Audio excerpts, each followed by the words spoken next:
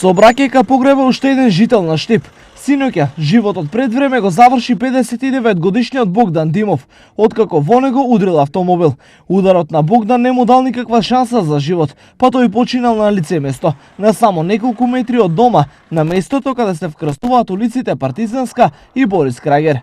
Лекарската екипа, повикана да спаси, можела само да констатира смрт. Полициската истрага пак правично утврдила 1,23 промили алкохол во крвта на возачот, кој заедно со сопатникот, малку попијан од него, веројатно тргнале на концерт на Аца Лукас во Карвинци. Синоќешната несреќа е уште една во низата во која жртви се велосипедистите, што нив ги прави несигурни и исплашени. Јас сочук се, што да правам сега? Полека си ја внимавам, бегам колку што можам на страна. Ама не пазат. Притисат многу и брзо водат, ништо друго не е.